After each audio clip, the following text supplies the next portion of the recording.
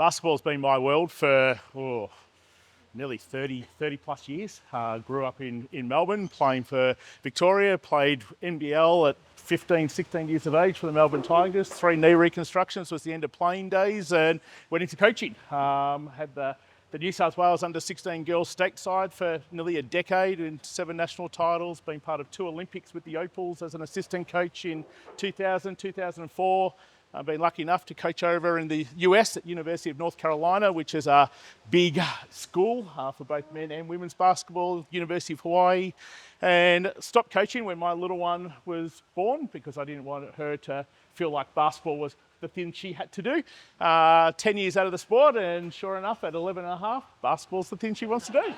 So she plays reps with Manly Warringah at the moment, and as we travel around, we might be shifting next year, but we will leave that.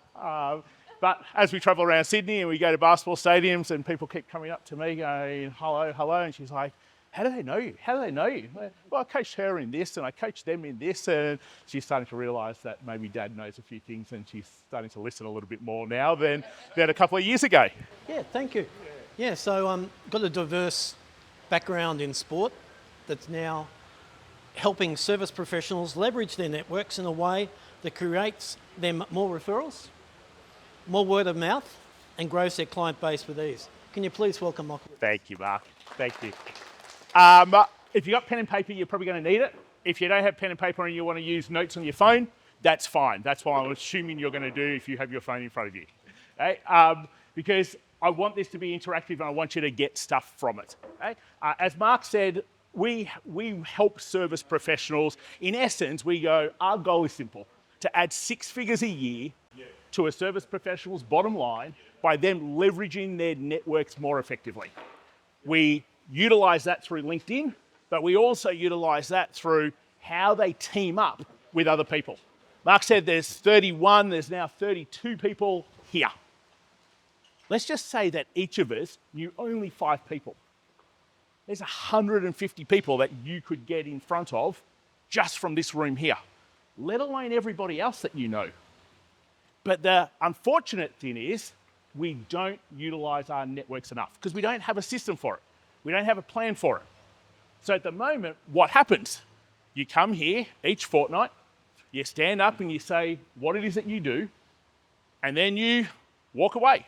Sure, you'll catch up with some people, and we're hoping that someone hears a little thing and go, oh, I've been thinking about trademarks. I need one of those. But if they don't think about that, then they're not probably going to use you. However, I might have 5, 6, 7, 8, 10, 50, 100 people that actually need trademarks, that you've just been focused on selling to me rather than through me. Okay? And business gets done in conversations. Yep. Like you haven't sold anything unless you've been in a conversation with someone. Whether that's them reading something online, whether that's them listening to something, there's been some form of conversation. So if we want to make more sales, if we want more referrals, if we want to increase our word of mouth, then here is a great starting point because it gets you to be able to at least meet people. But what you do after here is actually where the money is. So I want you to do this to begin with. They've got little ropes on them, so you're okay. I want you to do this. You heard everybody just before. You know a whole bunch of people. I want you to just quickly look around and go, who are 3 people in this room right now who actually also have the same sorts of clients that I want to work with? Have a quick little look around. Right? Write their names down. Who are 3 people in this room who actually work with the same sorts of clients that I want to work with? Okay? So our accountants probably work with small businesses. Do you work with small businesses? If the answer is yes, they write down their name. Our IT people probably work with small businesses. Depending, because I've known Karen for a good decade, depending on the day, sometimes Karen works a lot with tradies, other times she works a lot with SMEs. So if you work with tradies specifically, I know Karen does a lot of contracts for tradies.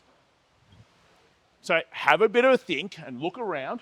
And if you don't know, within the next couple of weeks, I want that to be your task. Because you can try to constantly go, get a sale, get a sale, get a sale, get a sale, get a sale. Nothing wrong with that. But imagine if you went to someone who bought you 20 people, who bought you 50 people, who bought you 100 people. That's a far easier way to make sales than to try to find one by one by one by one yourself. Okay? So, try to think what year we're in, 25. So nearly, what now? 18 years of running businesses. This is our 7th, sold 6. Every business has been created by leveraging into other people's networks. I think it's really important to think like that. Who has the people that I want as clients, and how can I get in front of them and be able to get exposure to them? And then we're going to talk about that bit, but I think that's a great question to be able to have. Okay? So we meet somebody at a networking event. Perfect. We know what they do. They know what we do. And generally, unless either person needs that particular service or business, we've just had a nice chat. And then we walk away.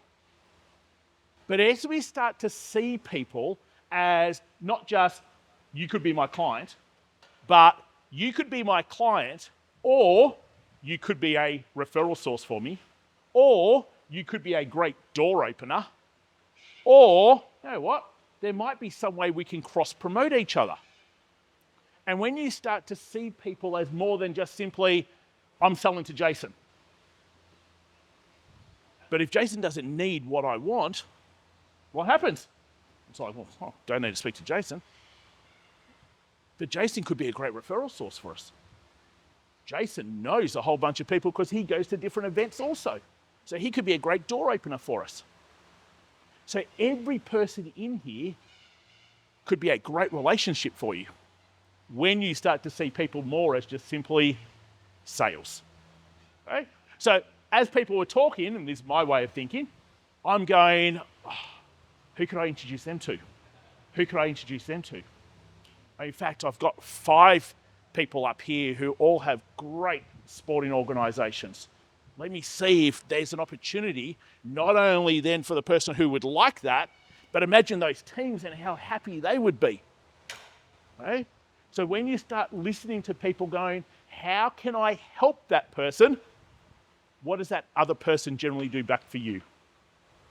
Help you. It's how we are as humans. Okay?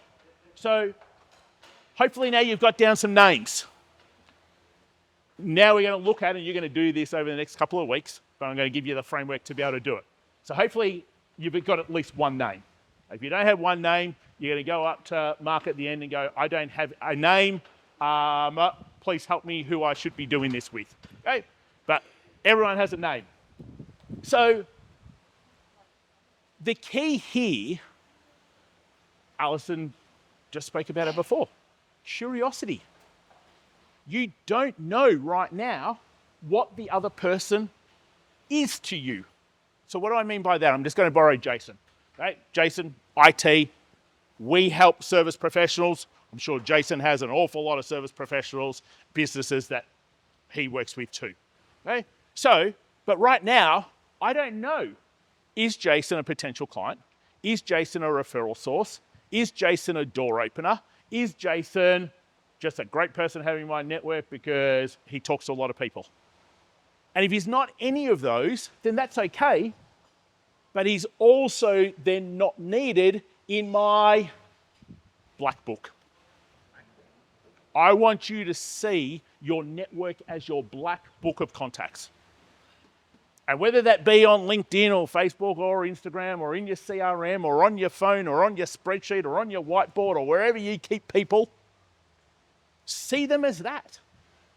Because imagine if you could go to your black book of contacts and you could reach out to 5 people today and you'd create referral opportunities, or you'd have a phone call with a new client, or someone would open a door for you that gave you an opportunity to get great exposure to 50 people that you just didn't even know existed. Business would be pretty good, wouldn't it? Business would be pretty exciting too, if you could create those opportunities every single day. Okay? So this is the start of your black book. 32 people in here. Not all 32 people are one of those 4 things for you, so they might not be in your black book, but I reckon at least probably 10 are. So here's now what I'm going to do with Jason. First thing I've got to do is, hey Jace, love to be able to catch up and find out more about you and your business and how I might be able to share you more. Because that's actually what I'm wanting to do. I know the more I help, the more I will be helped. Pretty simple. Right? Law of reciprocity is a real thing. Right? If you ever want people to pass you more referrals, pretty simple, start passing them more referrals too. Right? Sit there going, it's all about me. It's a long way and a slow way to go down. Right? So now Jason and I catch up. We don't need hour meetings to be able to catch up. We can catch up on the phone. We can catch up on Zoom.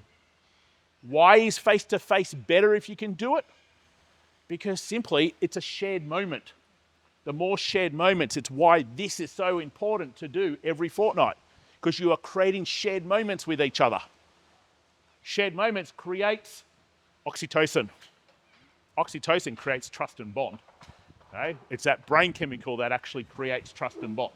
So the more you can create shared moments with people, okay? Shared moment right now. I'm listening to Michael, but the banners are about to fall over, and I don't know if they're about to fall on and kill somebody or not. Okay? We've got a story, we've got a moment. Okay? But when we can create those moments with potential people, that's when your business will start to grow. So Jason and I catch up. First thing we're going to do, I'm just going to get in first all the time. Hey, so Jace, tell me more about you and the business and what you do. I always want someone to try to start personal. We don't. We're being taught to start business. Okay? So Jason will probably start business and he'll probably go something like, we've got an IT company. I'll let Jace talk. And then I'll come back around and ask simple questions. Hey, well, what do you do outside of business? Because when you can connect with that, side note, anyone that's around tomorrow morning that does park run, I'm doing Paradise Island, come join me, okay? So when you can find things in common and you create commonalities, that's what increases oxytocin, which then increases people wanting to do things for you, right? So Jason and I have this chat. Personal, business curiosity, how can we help each other? They're the 3 things I'm focusing on. Personal, business curiosity, how can we actually help each other? If you don't get to the how we can help each other, all you have had is a nice chit chat. I don't think you need just nice chit chats going on in your life. Okay? Every conversation should be a growth conversation. And it can only become a growth conversation when I go, hey, Anita, what can I do for you right now? And Anita goes, well, in fact, I'd love to be able to get in front of businesses and maybe do a presentation. Okay, great. Let me think. I've got to speak to Michael down at Lifespan, who has a whole bunch of independent financial planners. I've got to speak to the Mortgage Broker Association. Are they the sorts of things? And then he goes, yeah, in fact, that'd be really good. Well, let me get you in front of those people. What's Anita's natural question back to me? What can I do to help you? Now, you've got to have an answer. In Australia, we're really good at going, oh, no, I'm okay, don't worry. No, that's not your answer. Your answer is, I'd love an introduction to this, or I'd love to be able to do this, or would you happen to know this type of person? Now, most of the time when we ask that question, people think of their immediate client. So Jason, we go, I'd love an introduction to a business that needs IT help. Well, that's great. That's sort of like this level thinking, because you can get one person. Think about where all those people are. Maybe you want to get into there. think about how you could get exposure to a lot of people. Maybe Jason ends up going, you know what, I'd love an introduction to, I'm just making this up, the Gold Coast Small Business Expo. And I'd love to be able to speak on that stage about IT and protecting your business from malware and infections. I go, yeah, in fact, I actually know the organizer of that. Let's see if we can get you on stage there. And now Jason gets in front of 30, 40, 50, 60, 100 people versus just one person. Right? So quickly do this for me. If I was to ask you right now, what's one thing I can do to help you, what would your answer be? So write it down, think about it. If I was to ask you, what's one thing I could do right now to be able to help you? Assume I can. What would it be? Is it a door open to somewhere? Is it an introduction to a particular type of person? Try to think above just simply your client. Because if I know someone who needs IT, I'm passing them to Jason anyway because we've had a great conversation and we've got great connection. Okay, so that you've got to assume is a given. Get to the next level. Get to a level where you might get lots of people all at once. Okay, so try to have that down. If you don't, that's okay. That's going to start sitting with you and you're going to get better and better and better at that. But you've also got to become good at saying it. Don't just when someone says, what can I do to help you? Alison, what can I do to help you? And Alison goes, I would love a... Her answer's never going to be, oh, no, it's okay. There's nothing at the moment. Even if you're really busy. They don't care. This could be your opportunity to get an amazing door open for you. Don't waste it. And likewise, don't just go, oh, they're probably not going to know that person. Because it's amazing who knows who, but more importantly, as soon as you plant the seed and they're over here now talking to somebody else, and they actually mention, oh, I was speaking to somebody the other day who was looking for an introduction to them. And they go, oh yeah, I know that person. And now you've got a triangle in terms of being able to bring that person to you. So you've got to say it all the time. Right? So let's just do a little bit of bringing this together here. You turn up on Fridays, perfect. That starts relationships. Nothing great is going to take place from here. What great happens is from Monday through to Friday during the week. And you have to know who are the people you want to be in conversations with. Who are the people who have the same sort of clients as what you do? Who are the people that you should be in conversations with? Like, it's great that we go, oh yeah, but I stand up every Friday. They should know that I do trademarks. They don't, because it's not their priority. And how busy is the world? Well, we're pulled in every single direction. Like, I had someone ask me yesterday, I'm looking for someone who can mediate between teams, and I met that person literally last Thursday, and I can't remember their name still for the life of me. And it was only last Thursday, not yesterday, the week before, that I met that person. I know exactly what they do, and it's exactly what this person wants. I can't remember them for the life of me. Like, that's how fast life just moves on. So you have to constantly be engaged with these people. Right? So you see them once a fortnight, great. Speak to them outside of here once a fortnight also. And you'll see really quickly that your opportunities will skyrocket. How are you speaking to them? It only needs to be for 10 minutes. Focus on 3 things. Personal, business curiosity. Hey, what's going on in your business right now? What are you working on right now? And then, what's something I can do to help you right now? Only has to be one thing. And the more you ask that question to your wider networks, the more they will ask that question back to you. So if you're on LinkedIn and you've got a LinkedIn network, like Craig was telling you, I've got 6,500 people. I think I've spoken to a total of 0 in the last 12 months. That's common. But why? They're all people who could help you. So if you've got anyone around you, you need to engage and you need to be speaking to them. because that's where your opportunities come from. Don't sit there behind the desk, twiddling the thumb, going, oh, I hope I get an email, I hope the phone rings, I hope, no, you've got all these people who can help you. Utilize them, okay? There you go. Really fast into the condensed time. Yeah. So if you are on LinkedIn, please connect with me right now. Just look Michael Griffiths. It's the same face as what you're seeing right now. Because I will talk to you, so make sure that you're willing to talk back, because I do want to know how things are going. I do want to know what you need help with. Anita's sick of hearing from me on LinkedIn. Okay. And when I've got things on, I'll let you know, because I want to introduce you to more people. I want you to get as many people as possible so you can grow your business. That's the end goal and what I want. Okay? Thank you, Mark. Thanks so much, Michael. Yeah. Just quickly, I know we're getting close to the end of our meeting.